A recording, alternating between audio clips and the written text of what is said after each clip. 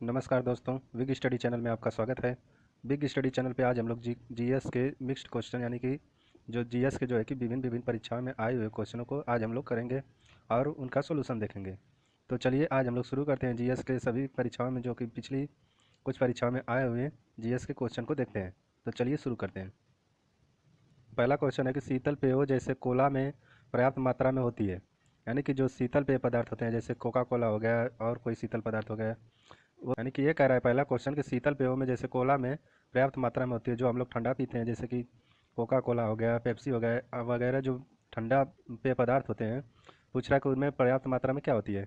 Option A कह रहा है कैफीन की, ऑप्शन बी कह रहा है निकोटीन की, ऑप्शन सी कह रहा है टैनिन की, ऑप्शन डी कह रहा है रेनिन की। यानी कि ये पूछ रहा है कि कोला में जो है कि पर्याप्त मात्रा में क्या होता है। जो ठंडा होता है कोल्ड ड्रिंक में दरअसल कोल्ड ड्रिंक में पूछ रहा है कि किस पदार्थ की पर्याप्त मात्रा होती है। तो पहला का आंसर होगा ऑप्शन डी, यानी रेनिन की पर्याप्त मात्रा होती है, जो है कि कोल्ड ड्रिंक में जो है कि रेनिन की पर्याप्त मात्रा होती है। अब चलते हैं अगले क्वेश्चन पे जाने से पहले हम लोग उसके बारे में थोड़ा देख लेते हैं कि कौन पदार्थ जो है कि जो विभिन्न जो चारों ऑप्शन में जो पदार्थ दिए थे वो किन किन चीज़ों में पाए जाते हैं। तो पहला है कैफीन। कह रहा है कैफीन किस में पाया जाता है, तो कैफीन एक मादक पदार्थ है जो चाय में पाया जाता है। निकोटीन भी एक मादक पदार्थ है जो तंबाकू और सिगरेट में पाया जाता है। टैनिन जो है कि चमड़ा रंगने में प्रयोग होता है। टैनिन जो होता है वो चमड़ा को रंगने में प्रयोग होता है। और रेनिन के बारे में बता रहा है कि रेनिन जो है कि पाचन क्रिया में सहायक होता है तथा शीतल यानी कोल्ड ड्रिंकों में जो है कि रेनिन पाया जाता है, जो पाचन क्रिया को करने में सहायता करता है। अब चलते हैं क्वेश्चन पे। अगला क्वेश्चन जो हमारा क्वेश्चन नंबर 2 करा है कि निम्न में से कौन सा सुमेलित नहीं है। यानी कि ये कह रहा है कि ये जो चारों ऑप्शन दिए गए हैं उसमें से कौन सुमेलित नहीं है। तो ऑप्शन ए कह रहा है कि बाकी इतिहास जो है बादल सरकार द्वारा लिखी गई है। ऑप्शन बी कह रहा है सीता स्वयंवर विष्णु दास भावे द्वारा लिखी गई है। ऑप्शन बी कह रहा है सीता स्वयंवर विष्णु भावे द्वारा लिखी गई है। ऑप्शन सी कह रहा है अयाति जो है कि यह अयाति गिरीश कर्नाड द्वारा लिखी गई है। ऑप्शन डी कह रहा है गिद्ध जब्बार पटेल द्वारा लिखी गई है। ऑप्शन एक बार फिर से देखते हैं। ऑप्शन ए कह रहा है बाकी इतिहास बादल सरकार द्वारा लिखी गई है। ऑप्शन बी कह रहा है कि सीता स्वयंवर विष्णु दास भावे द्वारा लिखी गई है। ऑप्शन सी कह रहा है ययाति गिरीश कर्नाड द्वारा लिखी गई है। ऑप्शन डी कह रहा है कि गिद्ध जब्बार पटेल द्वारा लिखी गई है। तो ये कह रहा है कि कौन सा इसमें जो है कि सुमेलित नहीं है। तो जो ययाति है गिरीश कर्नाड, ये जो है अयाति गिरीश कर्नाड द्वारा नहीं लिखी गई है, ये लिखी गई है विष्णु विष्णु सखाराम बेंदे विष्णु सखाराम बेंदे। यानी कि ययाति जो है विष्णु सखाराम बेंदे द्वारा लिखी गई है, न कि गिरीश कर्नाड द्वारा लिखी गई है। अब चलते हैं आगे। और बाकी जो है कि बाकी इतिहास जो है बादल सरकार द्वारा सही है। सीता स्वयंवर विष्णुदास भावे द्वारा भी सही है। गिद्ध जो है जब्बार पटेल जी द्वारा लिखी गई है, ये भी सही है। केवल ययाति जो है गिरीश कर्नाड न होकर विष्णु सखाराम बेंदे द्वारा लिखी गई है। अब देखते हैं आगे। अगला क्वेश्चन जो हमारा क्वेश्चन नंबर 3 कह रहा है कि निम्नलिखित में से कौन सा एक जीव चावल की फसल के लिए जैव उर्वरक का कार्य करता है। यानी कि ये कह रहा है कि ये चारों ऑप्शन में से कौन सा एक पदार्थ है जैव उर्वरक का काम करता है। यानी कि इसमें से कौन सा जीव जो होते हैं, पदार्थ नहीं, जीव जो है कि जैव उर्वरक का काम करता है। तो पहला ऑप्शन कह रहा है कि नीलहरी शैवाल है। ऑप्शन बी कह रहा है राइजोबियम है। ऑप्शन सी कह रहा है कवक मूल है।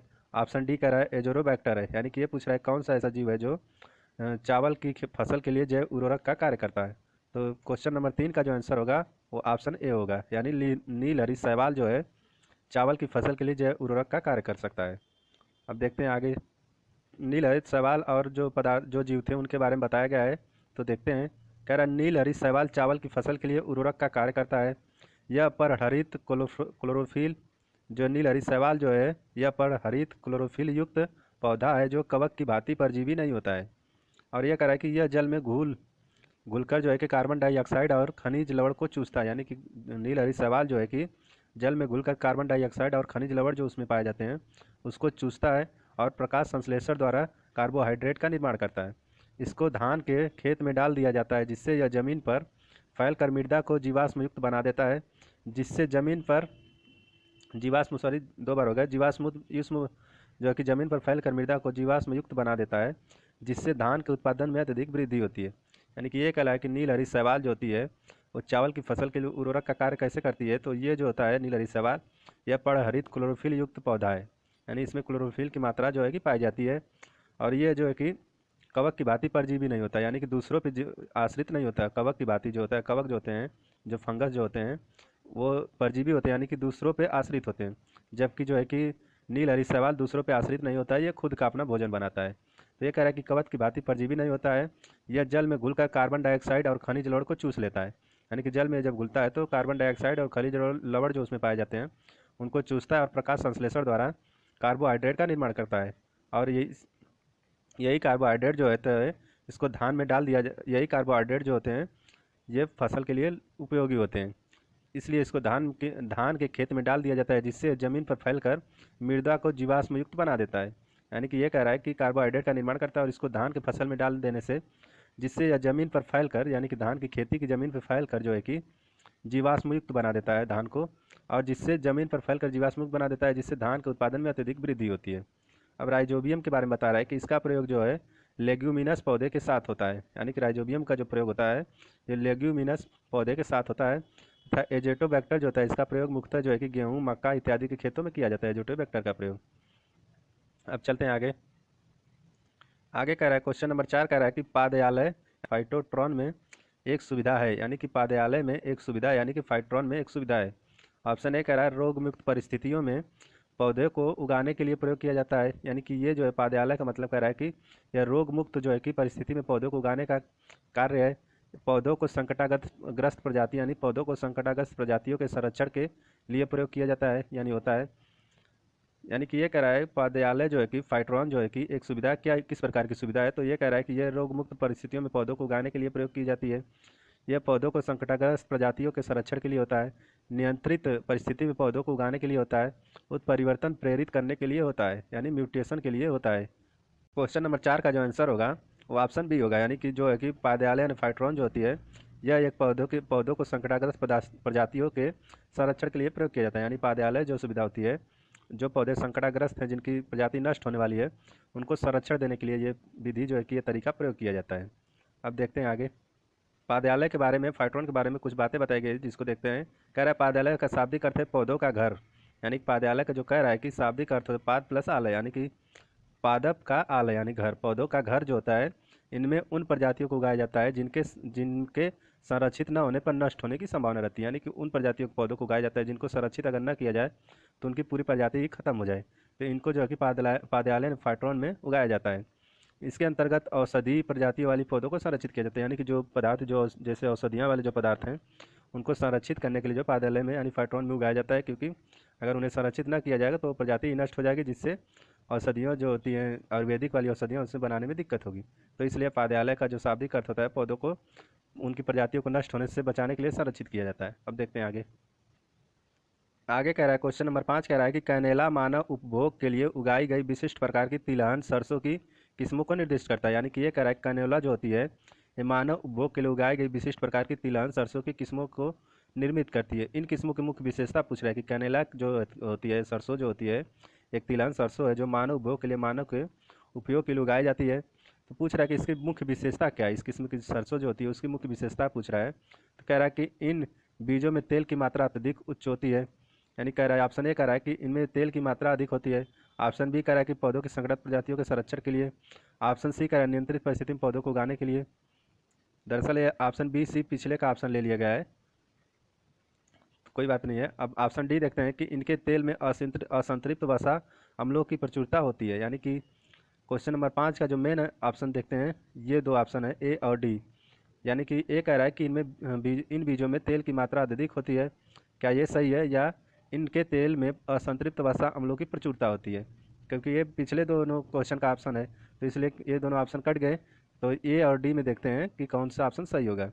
तो ये कह रहा है कैनेला जो होती है मानव उपयोग के लिए उगाई गई एक प्रकार की तिलहन सरसों है जिसकी मुख्य विशेषता है कि इनके तेल में असंतृप्त वसा जो है कि अम्लों की प्रचुरता होती है। यानी कि ये कह रहा है कि जो है कि कैनेला सरसों जो होती है उसमें असंतृप्त वसा अम्लों की प्रचुरता होती है। यानी कि असंतुलित मात्रा में जो वसा होती है उसकी प्रचुरता यानी ज़्यादा मात्रा होती है। देखते हैं आगे। इस तरह हम लोगों ने 6वां क्वेश्चन पे आ गए। 5 क्वेश्चन हम लोग देख लिए, उससे संबंधित जो इंपॉर्टेंट डिस्कस थे उसको भी देख लिया।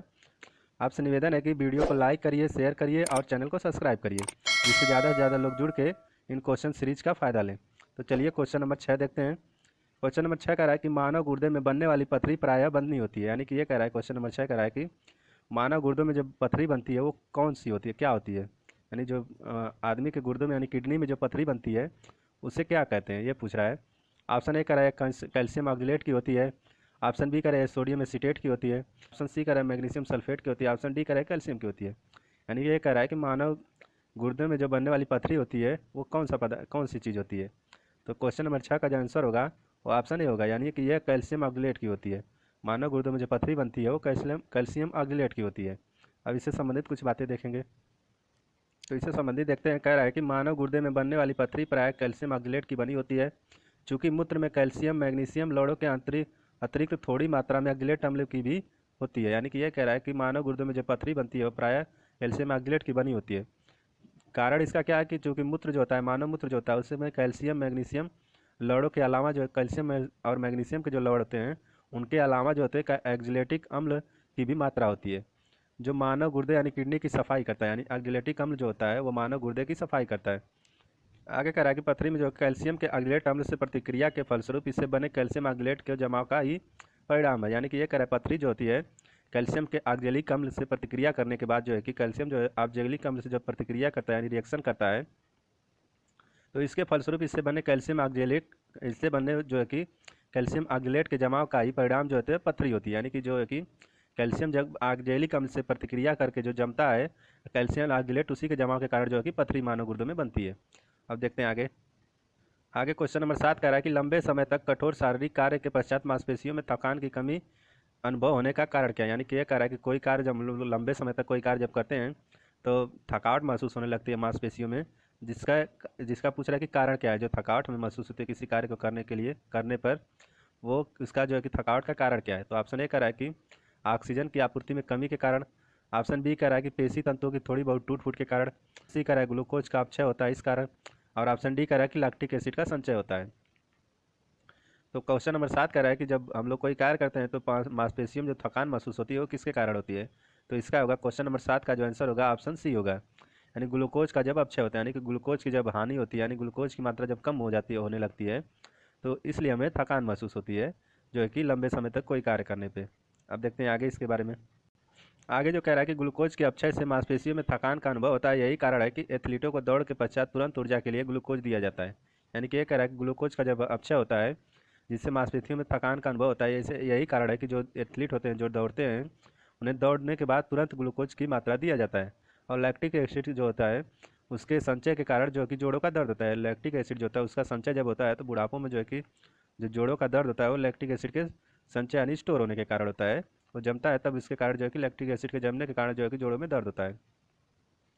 आगे कह रहा है कि लैक्टिक एसिड का संचय तुरंत न होकर दीर्घकालीन प्रक्रिया है। यानी कि ये कह रहा है कि लैक्टिक एसिड जो होता है उसको जमने का मेन कारण जो होता है कि यह दीर्घकालिक प्रक्रिया, यानी कि लंबे समय बाद जब इसका जमा होता है तब जो है कि लैक्टिक एसिड के जमाव के कारण जोड़ों में दर्द होता है, जबकि ग्लूकोज का अपचय तुरंत कोई कार्य करते हैं तो हमें थकान महसूस होती है। अब देखते हैं आगे। क्वेश्चन नंबर 8 कह रहा है कि निम्न में से कौन सा एक पदार्थ जो कि बहुत कठोर और बहुत तन्य होता है। यानी कि ये कह रहा है कि निम्न में से जो ऑप्शन में दिए गए हैं इनमें कौन सा ऐसा पदार्थ है जो बहुत कठोर होता है यानी बहुत हार्ड होता है और बहुत तन्य यानी बहुत तनाव वाला होता है, यानी बहुत उसे खींचा जा सकता है। ऑप्शन ए कह रहा है कार्बोरेंडम है।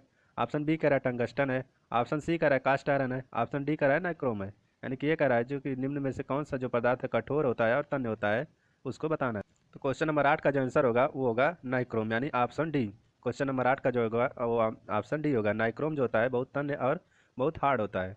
अब देखते हैं इसके बारे में। कह रहा है नाइक्रोम जो है कि बहुत कठोर और बहुत तन्य होता है। नाइक्रोम भंगुर नहीं होने के कारण, यानी नाइक्रोम जो है ब्रिटल नहीं होता है, भंगुर न होने के कारण, कठोर तथा उच्च गलनांक के कारण तन्य होता है। यानी कि हार्ड और इसकी हाई उच्च गलनांक के कारण जो है कि यह तन्य होता है।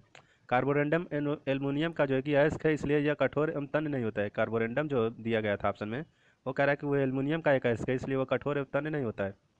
कास्ट आयरन कठोर तो होता है परंतु दबाव पड़ने पर भंगुर यानी ब्रिटलनेस प्रवृत्ति के कारण जो है कि तन्य नहीं होता है। यानी कि जो है कि कास्ट आयरन जो होता है कठोर तो होता है परंतु दबाव जब उस पर पड़ता है तो वो ब्रिटल प्रवृत्ति का हो जाता है, जिसके कारण वो तनता नहीं है। और कह रहा है टंगस्टन धातु का गलनांक बिंदु अधिक होने की वजह से यह तन्य धातु है किंतु कठोर नहीं। यानी कि जो है कि टंगस्टन है, कार्बोरेंडम है, टंगस्टन कार्बोरेंडम तन्य होता है। कास्ट आयरन में जो है कि कठोर तो होता है लेकिन तन्यता नहीं होती। टंगस्टन का गलनांक बिंदु अधिक होने के कारण यह तन्य धातु है किंतु कठोर नहीं। यानी कि टंगस्टन तो है जो है कि तन्य धातु है लेकिन कठोर नहीं है, लेकिन नाइक्रोम जो है कि कठोर भी है और तन्य भी है। अब देखते हैं आगे। इस तरह हम लोगों ने 8 क्वेश्चन देख लिए, 9वां क्वेश्चन देखते हैं। तो इसलिए आप लोगों से विनम्र निवेदन है कि वीडियो को लाइक और शेयर करिए और चैनल को सब्सक्राइब करिए और अपने दोस्तों को ज़्यादा से ज़्यादा जोड़िए, क्योंकि जो है कि हम लोग बेहतरीन क्वेश्चन जो है कि विभिन्न पिछली परीक्षाओं में आए हुए विभिन्न क्वेश्चन डिस्कस कर रहे हैं, तो इसलिए ज़्यादा से ज़्यादा लोगों को जोड़िए। अब देखते हैं क्वेश्चन नंबर 9। क्वेश्चन नंबर 9 कह रहा है कि रक्त ग्लूकोज स्तर सामान्यतः व्यक्त किया जाता है, यानी कि ब्लड में जो है कि ग्लूकोज का स्तर जो है कि समानता किस रूप में व्यक्त किया जाता है, ये क्वेश्चन नंबर 9 कह रहा है। तो ऑप्शन ए कह रहा है कि एच जी के एम में, यानी पारा के रूप में में व्यक्त किया जाता है। मिलीग्राम प्रति डेसीलीटर में व्यक्त किया जाता है। ऑप्शन सी कह रहा है कि भाग प्रति मिलियन में व्यक्त किया जाता है। ऑप्शन डी कह रहा है ग्राम प्रति मिलियन में व्यक्त किया जाता है, यानी कि ये कह रहा है ग्लूकोज स्तर जो होता है ब्लड में वो किस रूप में व्यक्त किया जाता है। तो क्वेश्चन नंबर 9 का जो आंसर होगा वो ऑप्शन बी होगा, यानी मिलीग्राम प्रति डेसीलीटर में जो है कि रक्त में जो है ग्लूकोज की मात्रा को व्यक्त किया जाता है मिलीग्राम प्रति डेसीलीटर में, ऑप्शन बी। अब देखते हैं आगे अगला। क्वेश्चन नंबर 10 कह रहा है कि खदानों में अधिकांश विस्फोट होते हैं। क्वेश्चन नंबर 10 कह रहा है कि खदानों में जो है कि अधिक विस्फोट होते हैं, इसका कारण क्या है। तो ऑप्शन ए कह रहा है कि ऑक्सीजन के साथ हाइड्रोजन के मिश्रण से। ऑप्शन बी कह रहा है एसिटिलीन के साथ ऑक्सीजन के मिश्रण से। ऑप्शन सी कह रहा है हवा के साथ मीथेन के मिश्रण से। ऑप्शन डी कह रहा है इथेन के साथ कार्बन डाइऑक्साइड के मिश्रण से। तो क्वेश्चन नंबर 10 का जो आंसर आप लोग जो है कि कमेंट में दीजिएगा, क्योंकि ये थोड़ा सिंपल क्वेश्चन है। तो क्वेश्चन नंबर 10 का आप लोग आंसर जरूर कमेंट में दीजिएगा और वीडियो को ज़्यादा से ज़्यादा शेयर और लाइक करिएगा और चैनल को सब्सक्राइब करिएगा। क्वेश्चन नंबर 10 का जो है कि आंसर आप लोग कमेंट में जरूर दीजिएगा। आप चलते हैं आगे। आगे जो क्वेश्चन नंबर 11 कह रहा है कि प्रदीप्ति नलिका यानी फ्लोरोसेंट ट्यूब्स के साथ चोक आसंजित होता है, चोक कुंडली क्या है। यानी कि ये कह रहा है कि जो ट्यूबलाइट घरों में लगाई जाती है उसके साथ चोक को भी लगाया जाता है, वो चोक क्या होता है, यानी क्या कार्य करता है, ये पूछ रहा है क्वेश्चन नंबर 11। तो ऑप्शन ए कह रहा है कि लाइन वोल्टता बढ़ाती है। ऑप्शन बी कह रहा है कि लाइन वोल्टता घटाती है। ऑप्शन सी कह रहा है परिपथ में विद्युत धारा कम करती है। ऑप्शन डी कह रहा है विद्युत आवृत्ति जो है कि विद्युत धारा को अवरुद्ध करती है, यानी निम्न विद्युत आवृत्ति धारा को अवरुद्ध करती है, ऑप्शन डी कह रहा है। तो क्वेश्चन नंबर 11 का जो आंसर होगा ऑप्शन सी होगा, यानी परिपथ में विद्युत धारा कम करती है, यानी कि जो परिपथ होता है उसमें विद्युत धारा को कम करती है, जो है कि चोक जो लगाया जाता है ट्यूबलाइट्स में वो परिपथ में विद्युत धारा को कम करती है। अब देखते हैं अगले आगे। आगे बता रहा है कि घरों में जो है कि अधिकतम घरों में जो है कि 220 वोल्ट 50 हर्ट्ज विद्युत आपूर्ति की जाती है।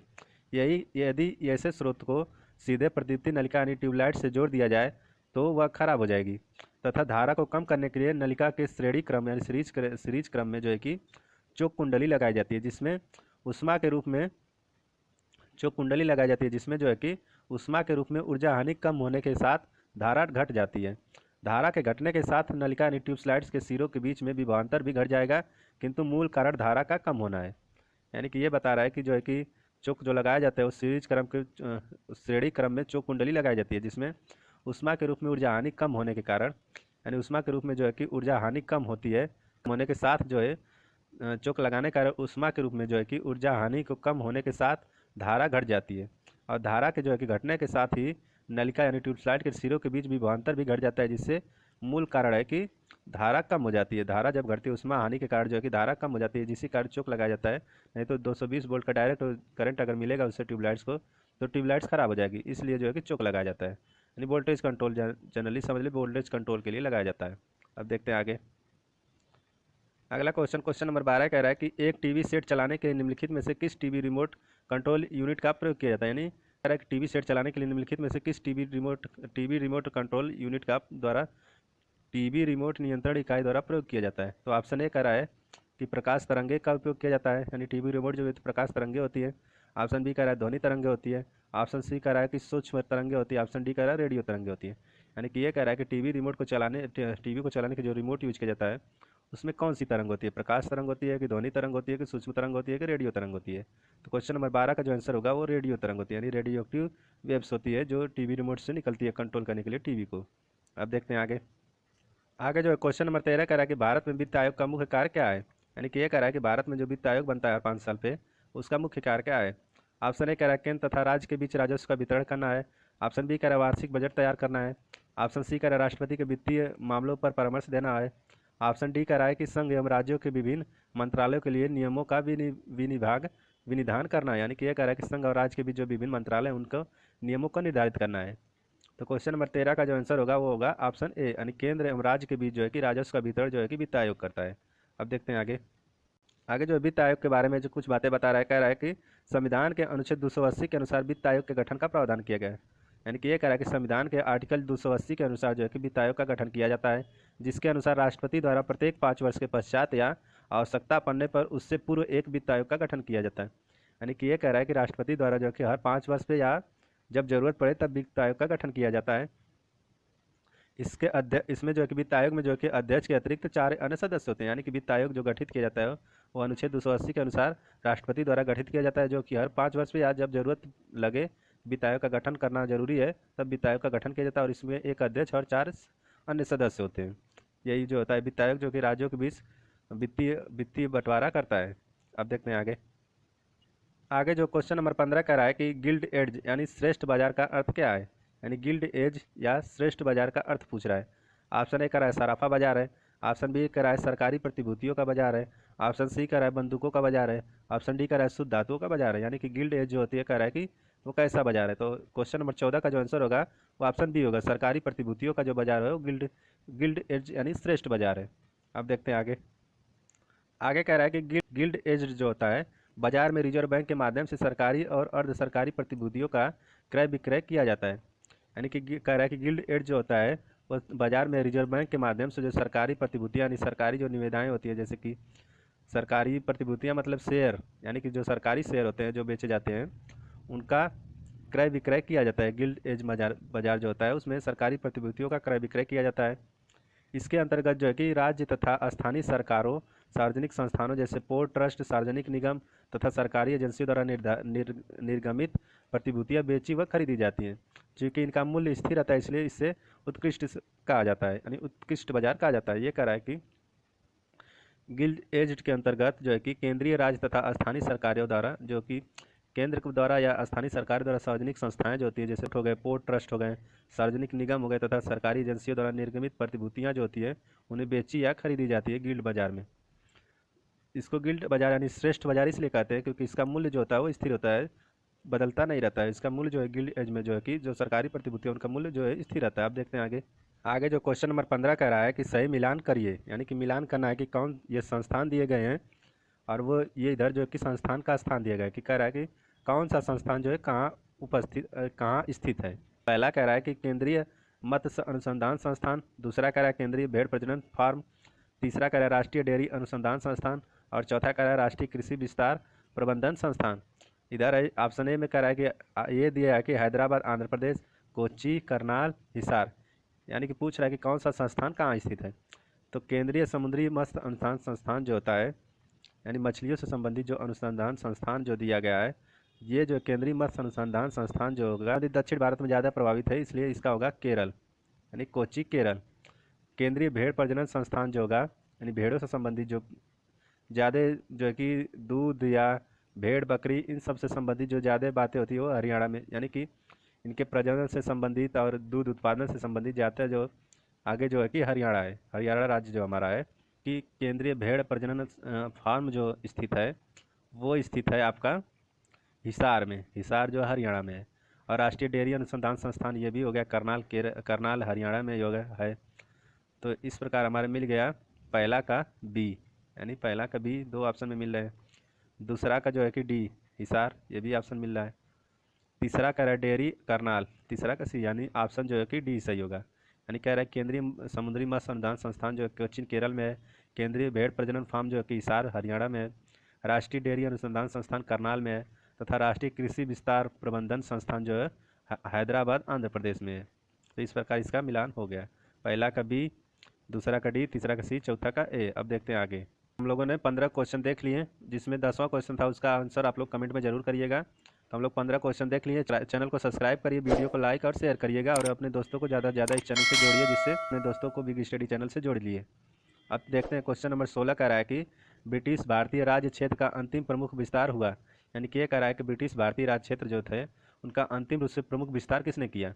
तो ऑप्शन ए कह रहा है डफरिन के समय ज़्यादा विस्तार हुआ, इसके बाद कह रहा है ऑप्शन बी कह रहा है कि डलहौजी के समय, ऑप्शन सी कह रहा है कि लीटन के समय, ऑप्शन डी कह रहा है कर्जन के समय।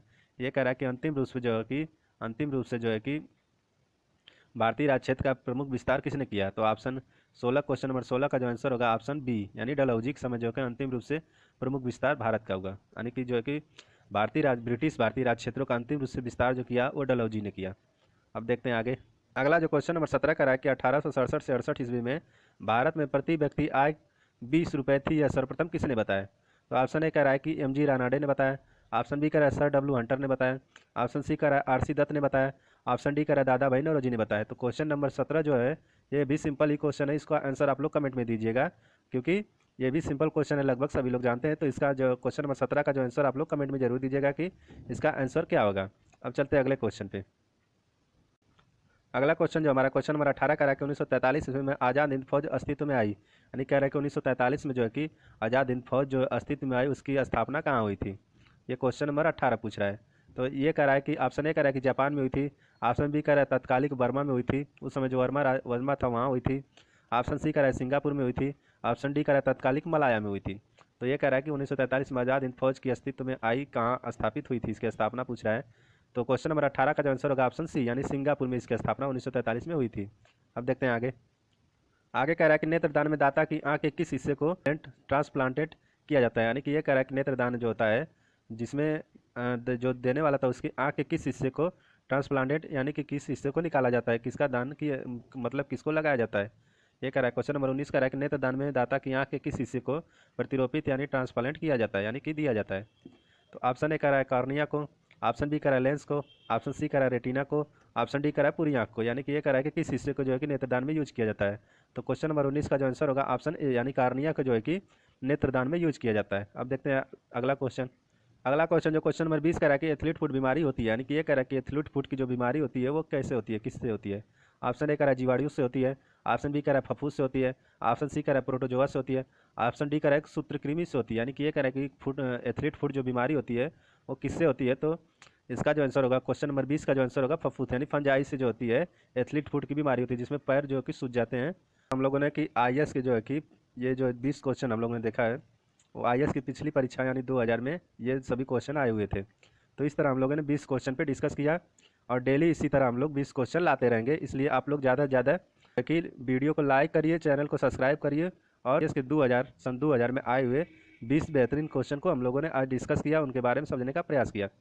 इसी तरह हम लोग डेली जो है कि 20-20 क्वेश्चन या 30-30 क्वेश्चन का सेट लाया करेंगे। तो आप लोग से निवेदन है कि ज़्यादा से ज़्यादा लोगों को जोड़िए और वीडियो को लाइक शेयर करिए और चैनल को सब्सक्राइब करिए, अपने दोस्तों को ज़्यादा से ज़्यादा जोड़िए। आपका बिग स्टडी चैनल से जुड़ने के लिए आपका बहुत बहुत धन्यवाद।